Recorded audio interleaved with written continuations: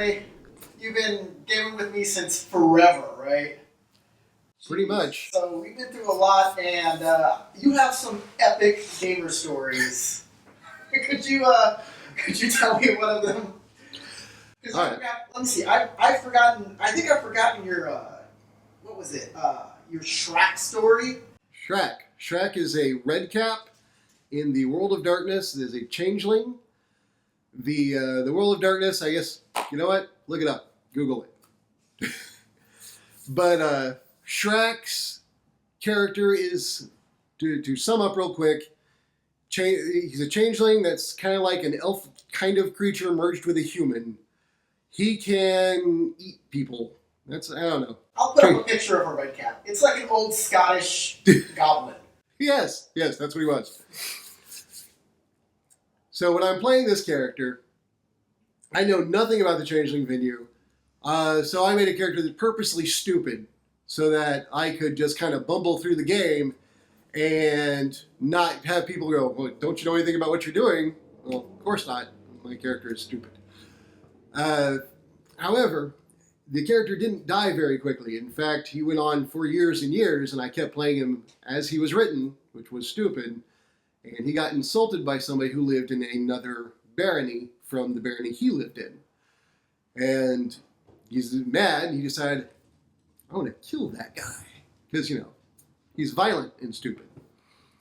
And he found out that guy had entered a tournament to become the Queen's champion. And in this tournament, whoever fights the last two combatants, when they're fighting, is to the death. And he thought to himself, I can fight this guy to the death, kill him, and no one will accuse me of murder because I'll have done it legally. I'm for this. And Shraak the Knight went forth to a tournament and was fully prepared to kill this guy. With creative use of some powers that were on his sheet, I managed to min-max the character. If you don't know what min-max means, it's the way you adjust your points to maximize your effect, which in his case was attacking people with an axe. You were power gaming. Yes, I was totally power gaming. Completely.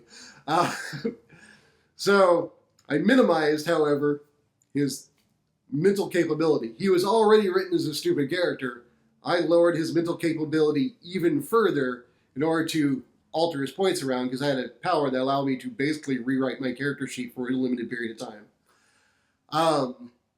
So I went into the game swinging my axe, fighting people, taking out monsters. Hold on. So this game, this role-playing game was a live-action role-playing game, right? Yes. It happened almost every city in the United States, every large city had a chapter of this live-action role-playing game. If you had a character in one city, you could actually travel to another city physically yourself and play that exact character in their chapter.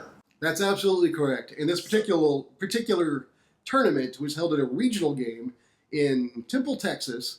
I at the time lived in San Antonio. The guy that played the person that insulted my character, I believe he lived in Houston. I'm not 100% on that. So this was another player character. This wasn't just an NPC that you were going to. No. I'm going to take out another guy. When you said another barony, you meant another city. Another city.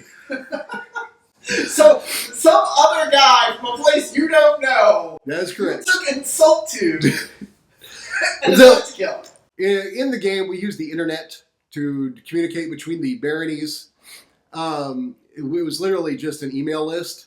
But in character, we talked through dream visions because changelings travel through a dream realm. It was complex and weird. And I personally, as a player, have never fully understood it. But thankfully, I played a stupid character, so I didn't have to pretend like I understood it. I was like, I don't know. I hear a voice. It tell me stupid. That voice is going to be here. I'm going to be there. I'm going to kill him. You get the idea. It's stupid is, stupid does. So, I had every plan to go play in this original game anyway, but now I could take my red cap character, and I had a goal. Go to this game, enter this tournament, take that guy out. And I keep doing this because he wields an axe. This is me wielding an axe. And it's a LARP, live action roleplay. I am dressed like a crazy person, and I have made a mask mostly out of masking tape to create the foundation of the mask. I took a woman's banana clip, the big toothy looking thing, broke it in half at the hinge, and it's inset in the mask and painted white. The teeth are painted white to create these huge, scary teeth with a more the foundation on the inside painted red to be the inside of his mouth. There are little slits that I can actually see out of. He had ears hanging like this, and I put like a big ridiculous hoop earring on one of them. He was a strange monster character, and then I wrapped a piece of red cloth across the top to be his red cap, which, according to the book, there was something like they soaked their cap in the blood of their enemies and wore it, or something. I don't know. So, anyway, I have my axe. I go into this battle. The first round is we're just fighting NPCs, these some sort of dream constructs that I knocked to pieces. And then the next round comes up, and we start fighting each other. And some guy I've never met. I think he was from Dallas. He seemed like a nice guy. And I swung my axe, and we compared traits after playing rock, scissors, paper, because that's how things were done back then. And if you tied, both people threw rock or scissors, you compared traits.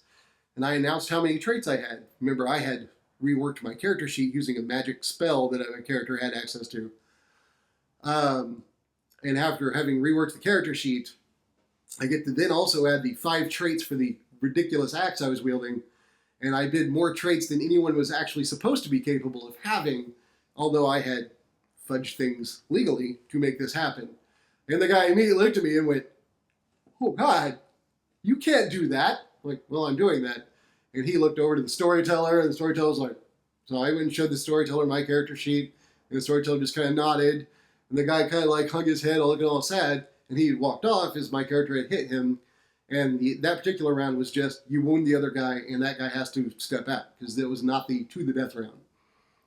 I went through 3 more rounds like that, and remember that this whole time my character had the equivalent of 2 mental traits, which made him functionally retarded. He's So I got a question.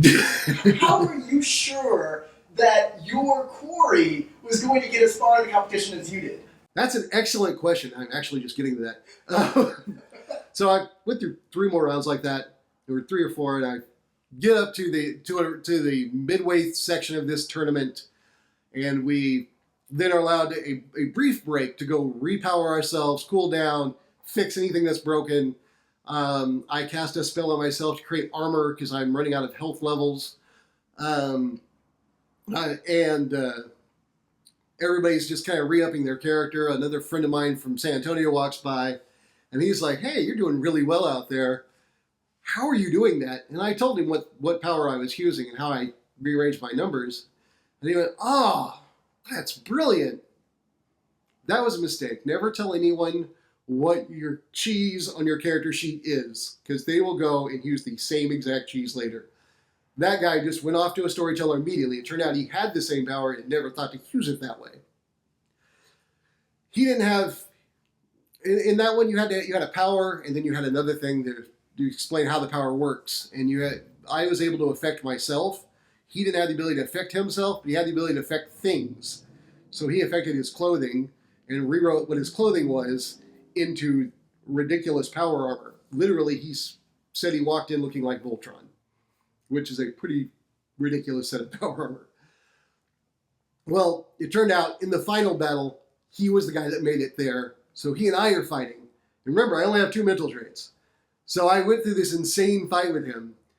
And at no point did it occur to me that the Baron Bloodstone from some other barony never made it through the second round. He was not the guy I fought. I never saw him. I have no idea what happened to that guy. I never even got to meet him. But I'm in this fight with a guy who is my character's friend, but I no longer know that because I'm dumb. So dumb. So I'm fighting him. He points out that we're both probably out of our brawl skill by now. So when we compare traits, we're just going to compare traits. And I'm like, all right, fine. We do our test. We both throw scissors. We compare traits. I have more traits. He looks frustrated. He takes another swing because this is to the death. This time he hits me. And I said, well, I'm actually out of brawl skill because I use melee. It's an axe. When he looked at me all even more frustrated, I made him retest. And I hit him. We compare traits. I have more traits than him. It's this like never-ending battle. And we're really going at it. And I start knocking off giant parts of Voltron armor flying everywhere.